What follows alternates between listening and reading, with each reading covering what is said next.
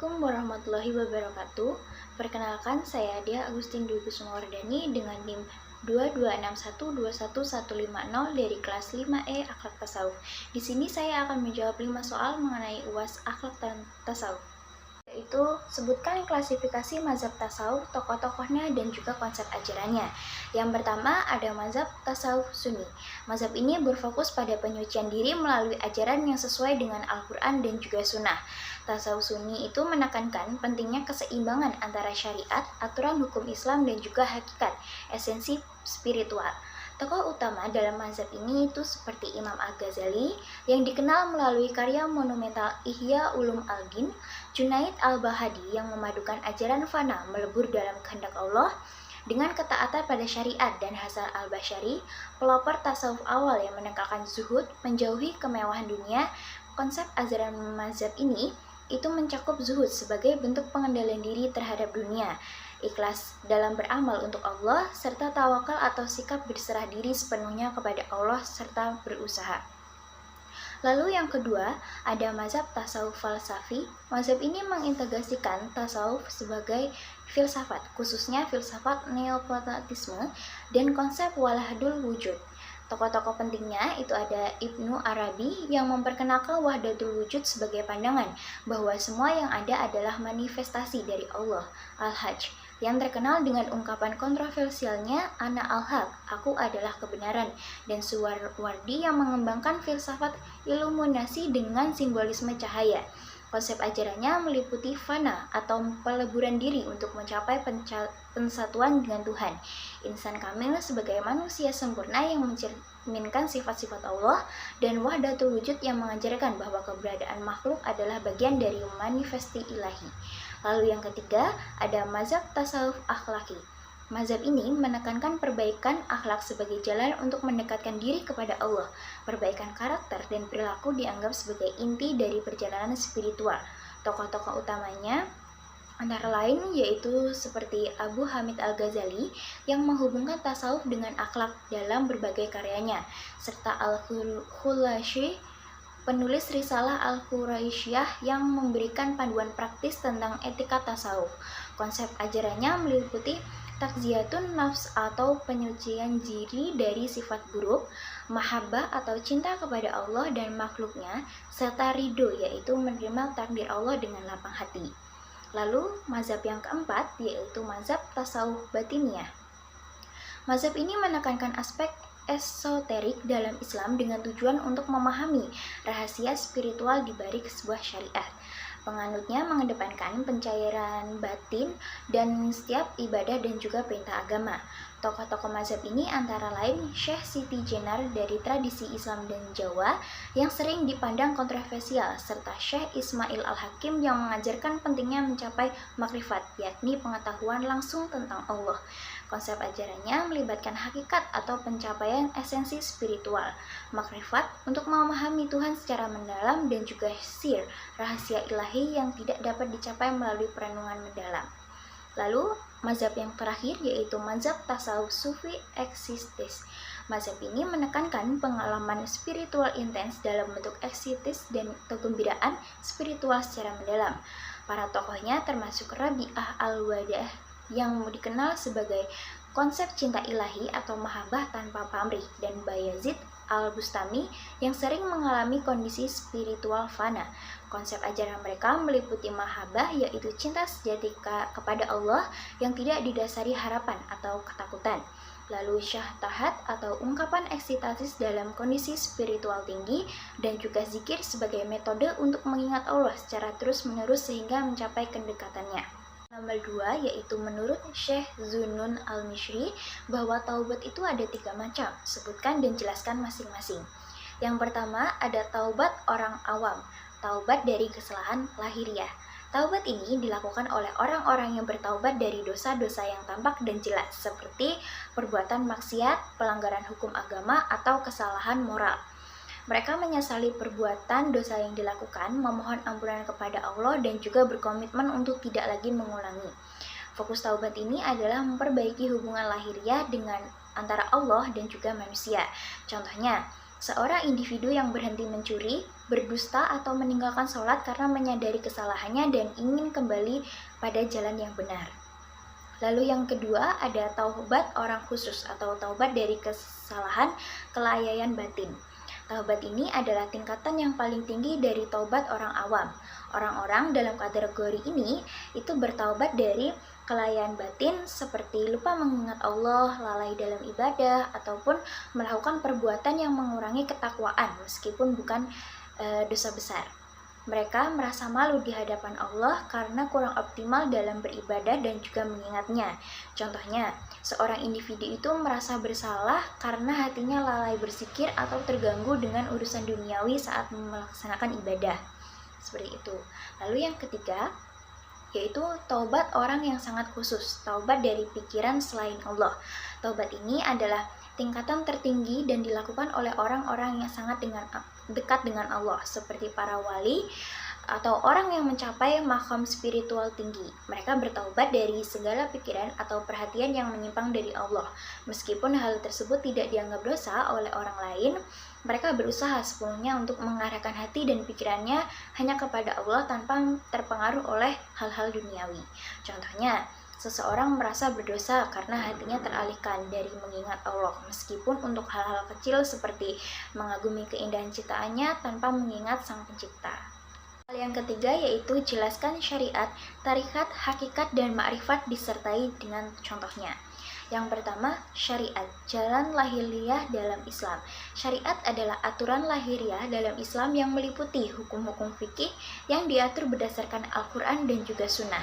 Ia adalah pondasi awal dalam beragama, mencakup ibadah, muamalah, dan aturan hidup lainnya. Syariat menjadi pedoman dasar yang harus ditaati oleh setiap muslim. Contohnya, melaksanakan sholat 5 waktu, berpuasa di bulan Ramadan, membayar zakat, dan juga berhaji bagi yang mampu. Contoh lainnya yaitu tidak mencuri, tidak berbohong, dan mematuhi aturan halal dan haram dalam kehidupan sehari-hari. Lalu yang kedua ada tarikat. Tarikat itu seperti praktik kesufian. Tarikat adalah jalan spiritual yang mengarahkan seorang muslim untuk mendekatkan diri kepada Allah melalui pembinaan jiwa dan pengalaman amalan-amalan tertentu. Tarikat seringkali dikaitkan dengan bimbingan seorang mursyid atau guru spiritual dalam perjalanan tasawuf.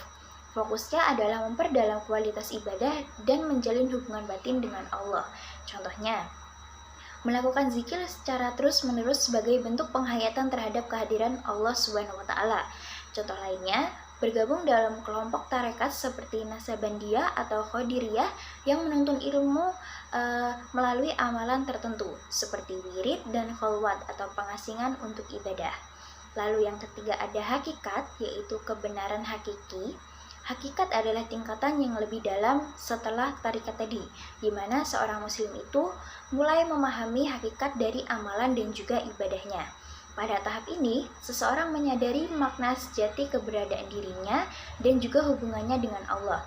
Hakikat adalah kesadaran bahwa semua amal dan kehidupan ini semata-mata berasal dari dan untuk Allah. Contohnya, seorang yang sholat tidak hanya melakukannya sebagai kewajiban syariat, tetapi benar-benar merasakan kehadiran Allah Subhanahu wa Ta'ala dalam setiap gerakan dan sholatnya. Lalu contoh yang lainnya yaitu menghayati bahwa setiap rezeki yang diperoleh bukan karena usaha manusia semata, tetapi juga ada campur tangan karunia langsung dari Allah. Lalu yang terakhir ada ma'rifat, yaitu pengenalan mendalam tentang Allah. Ma'rifat adalah puncak perjalanan spiritual, yaitu pengenalan mendalam dan langsung kepada Allah Subhanahu wa Ta'ala. Pada tahap ini, seseorang mencapai pengetahuan intuitif tentang Allah melalui penyucian jiwa dan pengalaman spiritual. Ma'rifat tidak hanya diperoleh hanya dengan belajar, tetapi melalui pengalaman dan anugerah dari Allah Subhanahu wa Ta'ala. Contohnya, seseorang yang tidak hanya mengenal Allah melalui sifat-sifatnya, tetapi juga merasakan kehadirannya di dalam setiap aspek kehidupan. Contoh lainnya, merasakan bahwa segala sesuatu yang ada di alam semesta adalah tanda-tanda kebesaran Allah, sehingga ia hidup dalam rasa syukur dan cinta yang mendalam kepadanya. Hubungan antara keempat tingkatan ini itu saling berkaitan dan menjadi jalan bagi seorang muslim untuk mencapai kesempurnaan dalam beragama. Syariat adalah Fondasi awal, tarekat adalah perjalanan menuju penghayatan, hakikat adalah pemahaman esensi, dan makrifat adalah sebuah puncak pengenalan kepada Allah. Hal yang keempat yaitu sebutkan dan jelaskan 10 tanda mahabbah ilahiyah. Mahabbah ilahiyah adalah cinta sejati seorang hamba kepada Allah yang mendalam dan tulus. Terdapat 10 tanda yang menunjukkan seorang hamba telah merasa mahabbah ilahiyah. Yang pertama, yaitu senang berzikir kepada Allah. Seorang pencipta Allah akan senantiasa mengingatnya dalam setiap keadaan. Lidah dan hati mereka dipenuhi dengan zikir, baik secara lisan maupun melalui kesadaran batin. Lalu yang kedua, rindu untuk bertemu dengan Allah. Cinta kepada Allah membuat seorang hamba merindukan penjumpaan dengannya, baik melalui ibadah seperti sholat maupun dalam akhirat kelak. Lalu yang ketiga, taat sepenuhnya kepada Allah. Seorang yang mencintai Allah akan senantiasa taat kepadanya tanpa merasa terbebani, karena ketaatan merupakan wujud kasih dan penghambatan sejati. Lalu yang keempat, bersabar dalam ujian. Cinta kepada Allah membuat seorang hamba rela bersabar atas segala cobaan dan ujian yang menimpanya, karena ia yakin bahwa semua itu berasal dari sang kasih Allah Subhanahu wa Ta'ala. Lalu yang kelima, menyukai apa yang Allah sukai. Pencinta Allah akan mencintai apa yang Allah cintai, seperti kebaikan, keadilan, dan juga ketakwaan, serta menjauhi hal-hal yang dibencinya. Lalu yang keenam, mengutamakan Allah di atas segalanya. Seorang pencinta Allah akan mendahulukan keridhaan Allah dibandingkan dengan keinginan atau kepentingan duniawi, karena cintanya yang mendalam kepadanya. Lalu yang ketujuh, rasa takut kehilangan cinta Allah. Tanda cinta sejati kepada Allah adalah rasa takut kehilangan kedekatan dengannya atau akibat dosa atau kelalaian, sehingga ia harus berusaha menjaga hubungan tersebut. Lalu yang kedelapan, menghabiskan waktu dalam ibadah. Cinta kepada Allah mendorong seorang hamba untuk menghabiskan waktunya dalam ibadah, seperti sholat, puasa, dan membaca Al-Quran sebagai bentuk pendekatan diri kepadanya. Lalu yang kesembilan, merasa nyaman dalam kesendirian bersama Allah. Seorang pencinta Allah merasa tenang dan damai ketika mendiri untuk beribadah, berdoa, dan bermunajat karena ia merasakan kehadiran Allah yang selalu bersamanya. Lalu yang ke-10 yaitu memberi akhlak yang mulia. Mahabbah kepada Allah tercermin dalam akhlak yang mulia, baik kepada Allah maupun sesama makhluk. Ia menjadi pribadi yang rendah hati, penyayang, dan penuh kasih karena mencerminkan sifat-sifat Allah. Ke-10 tanda ini menunjukkan bahwa cinta kepada Allah tidak hanya menjadi pengalaman batin, tetapi juga mempengaruhi perilaku dan cara hidup seseorang. Seorang pencinta Allah akan senantiasa berusaha untuk mendekatkan dirinya kepada Allah dan menjalani hidup sesuai dengan kehendak-kehendaknya. Yaitu jelaskan konsep ajaran tasawuf falsafi yang berupa wahadah al-syuhud, wahadah al-wujud, hulul, dan itihad dengan disertai contoh dan analogi logisnya. Yang pertama, wahdah al-syuhud atau kesatuan penyaksian. Konsep ini menyatakan bahwa yang tampak di dunia hanyalah manifesti dari Allah. Seorang sufi yang mencapai wahdah al-syuhud menyaksikan keesaan Allah di balik segala sesuatu, meskipun ia tetap mengakui adanya perbedaan antara makhluk hidup dan juga pencipta. Fokusnya adalah pada penyaksian bahwa Allah adalah pusat dari semua realitas, tetapi makhluk tidak melebur ke dalamnya. Contoh, seseorang itu melihat keindahan alam semesta seperti gunung, laut, dan langit. Melalui kontemplasi, ia menyadari bahwa semua ini adalah tanda kebesaran Allah. Ia tetap memahami bahwa gunung adalah gunung, laut adalah laut, tetapi keberadaannya keduanya menjadi bukti nyata kehadiran Allah. Analoginya, bayangan seseorang melihat cermin besar dengan banyak pantulan objek. Meskipun objeknya berbeda-beda, semuanya tetap berasal dari sumber cahaya yang menerangi cermin itu. Lalu yang kedua ada wahdah al-wujud atau kesatuan wujud. Wahdah al-wujud adalah pandangan bahwa segala sesuatu di alam semesta sebenarnya adalah manifesti dari wujud Allah.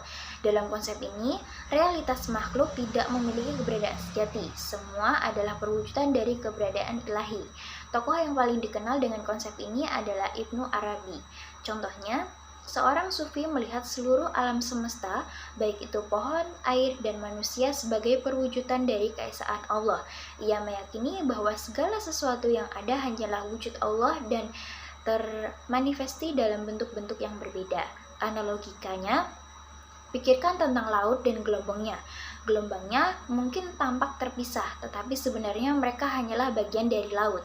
Begitu pula, semua yang ada di dunia ini hanyalah gelombang dari wujud Allah yang tidak terbatas. Lalu yang ketiga ada hulul atau penyatuan parsial. Hulul adalah konsep bahwa Allah bersemayam di dalam makhluk tertentu.